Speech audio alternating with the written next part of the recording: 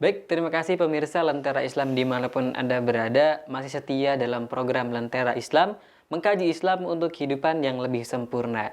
Dan masih mengacu pada tema kita pada hari ini tentunya tentang bulan Nifsu Sya'ban atau bulan Sya'ban lebih tepatnya ya Ustaz ya. Baik, Nah, baik Ustaz, masih terkait tema kita pada hari ini tentang bulan Sya'ban. baik. Nah, pada kesempatan kali ini saya pengen nanya suatu hal. Amalan-amalan apa aja yang dianjurkan sebagai kita khususnya umat muslim dan muslimat nih di bulan Sya'ban Ustaz? Baik. Amalan-amalan yang harus kita lakukan di dalam bulan Syaban, kita sebagai umat Rasulullah dulu ya. Iya. Kita sebagai umat Nabi itu kita harus banyak-banyak membaca sholawat Salawat. kepada baginda Rasulullah Shallallahu Alaihi Wasallam. Makanya ulama-ulama dulu itu kalau udah datangnya bulan Syaban itu beliau lebih gencar untuk memperbanyak bersolawat kepada baginda Rasulullah. Terus kalau Nabi mencontohkan kepada kita banyak berpuasa. Ya. Di luar bulan Ramadan. Bulan Ramadan banyak berpuasa, malah kalau Rasulullah itu di dalam bulan Syaban full Full. terus langsung dilanjut dengan bulan Ramadan. Ramadan. Masya Allah. Setelah Ramadan itu satu hari nggak berpuasa karena apa? Idul Fitri, Iya. ya hari raya. Nah, nanti Syawalnya itu 10 hari ke depan full puasa lagi. Nah, Habis lebaran tuh puasa lagi. puasa lagi selama 6 hari atau 10 hari ya lupa lagi.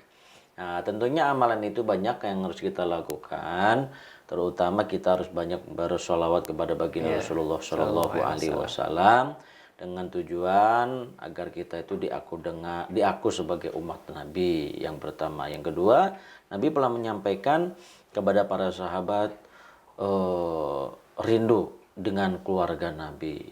Ya, ditanya oleh sahabat, siapa keluargamu ya Rasulullah? Aku ini kan keluargamu, aku ini sahabatmu. Itu bukan engkau. Tapi orang yang belum pernah berjumpa dengan aku, tapi dia sangat cinta kepadaku, melebihi engkau mencintai aku. Subhanallah. Ternyata ya kayak orang-orang akhir zaman kayak kita seperti ini kan gak pernah ketemu dengan Rasulullah. Ya kan? Karena kita bukan di masa Rasulullah, gak pernah berjumpa dengan Rasulullah, tapi kecintaan kita kepada Rasulullah itu sangat mendalam.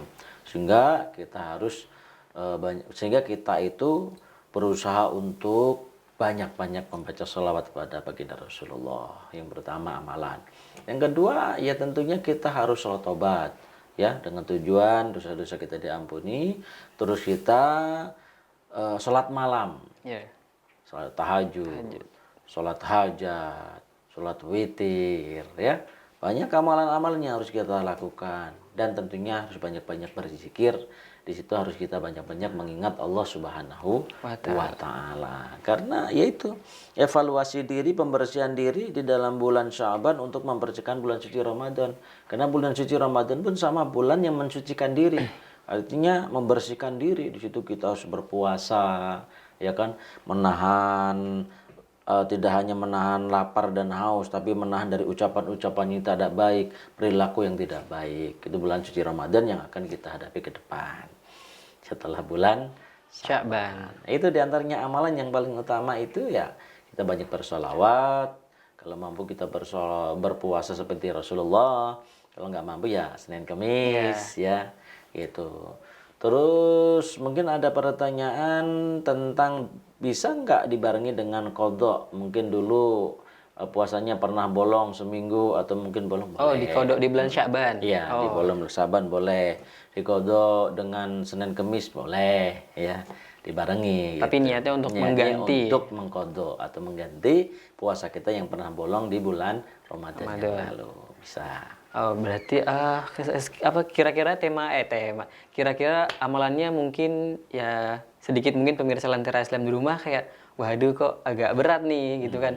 Tapi sebenarnya bisa-bisa aja kita jalanin insya Allah kalau misalkan kita niat untuk memperbaiki diri, evaluasi, insya Allah juga bisa pelan-pelan dulu aja ya Ustaz. Iya, pelan-pelan. Iya, kayak misalkan kalau misalkan nggak bisa puasa full bulan Sya'ban diganti sama Senin Kamis, dan sholawat pun insya Allah kita bisa gitu kan. Kalau sholat, masa kalah sama anak kecil di masjid setiap hari mereka sholawat, kita yang udah gede kok nggak sholawat sama Rasulullah gitu kan. Dan yang kedua tadi apa Ustaz? Habis sholawat, terus yang kedua sholat malam. Sholat malam. Nah, kalau misalkan nggak bisa tahajud, banguninnya sebentar-sebentar aja. Sholat tahajudnya sedikit dulu aja. iya. Kalau kayak gitu kan insya Allah bisa gitu kan. Betul. Intinya sesuaikan dengan kemampuan. Iya. Karena tingkat kemampuan manusia itu kan beda-beda, ya kan? Kalau memang nggak mampu karena puasa itu hukumnya sunnah, ya Iya kan? Bersolawat juga hukumnya sunnah. Sebuah keharusan lah kalau bersolawat kepada Rasulullah gitu. Walaupun kita tidak bersolawat tidak dosa, tapi mau nggak kita nggak diakui oleh Rasulullah sebagai umatnya kan begitu intinya gitu. Jadi amalan yang kita lakukan sesuai dengan kemampuan. Ya, jangan dipaksakan yang sehingga membuat ibadah kita itu cenderung tidak ikhlas. Tapi namanya ibadah itu memang harus dipaksakan. Kalau nggak dipaksakan nggak akan jalan. Iya, kapan jalannya nanti? Ya, kayak puasa, menahan lapar haus harus dipaksakan. Kalau nggak dipaksakan nggak puasa kan. Sholat malam harus dipaksakan. Terus berzikir harus dipaksakan, gitu. Dengan dipaksa, dengan terpaksa lama-lama menjadi biasa. Setelah menjadi biasa, disitulah akan tumbuh rasa kebutuhan. Puasa kebutuhan, ya kan? Sholat kebutuhan, terus amalan zikir kepada Allah suatu kebutuhan. Karena apapun yang kita inginkan di alam dunia ini kan punya Allah, ya kan? Kita butuh sama Allah, makanya kita berdoa kepada Allah supaya kebutuhan kita itu dicukupi oleh Allah. Masya Allah. Nah, tuh pemirsa, yuk bisa ya kita amalin nih amalan yang buat di bulan Sya'ban. Ternyata juga banyak kan amalan-amalan yang bisa kita insya Allah bisa jalanin gitu, Ustaz. Baik Ustaz, dari pembahasan semua yang kita bahas dari segmen 1 sampai segmen 2, kesimpulan yang bisa kita ambil dari bulan Sya'ban ini seperti apa Ustaz? Baik para sahabat Lentera Islam dimanapun berada, kesimpulan dari nisfu Sya'ban ini, yuk kita tingkatkan kualitas iman takwa kita kepada Allah, terus kita mengevaluasi diri. Innallaha la yughayyiru ma biqaumin hatta yughayyiru ma bi anfusihim. Allah tidak akan merubah keadaan suatu kaum kalau kaum tersebut tidak merubah keadaan yang ada pada dirinya. Artinya Allah tidak akan merubah keadaan diri kita kalau diri kita tidak mencoba untuk merubah sendiri, ya. Karena perubahan untuk menuju kepada kebaikan itu butuh perjuangan, ya. Tidak hanya bim salabim kita langsung bisa berubah, enggak. Tetap harus ada niat yang tulus, yang ikhlas, yang pertama. Yang kedua, mumpung berada di dalam bulan Sya'ban, hindari dari kesyirikan. Karena Luqman Hakim itu berwasiat kepada anaknya, ya bunayya la tusyrik billah, wahai anakku hindari, janganlah engkau musyrik ya, bukan musyrik kepada Allah. Innasyirka ladzulmun adzim, bahwa kesyirikan itu adalah kezaliman yang sangat besar. Tidak akan diampuni dosanya oleh Allah Subhanahu wa taala. Bahkan jangankan masuk surga, mencium bau surganya pun tidak dapat. Orang yang musyrik kepada Allah.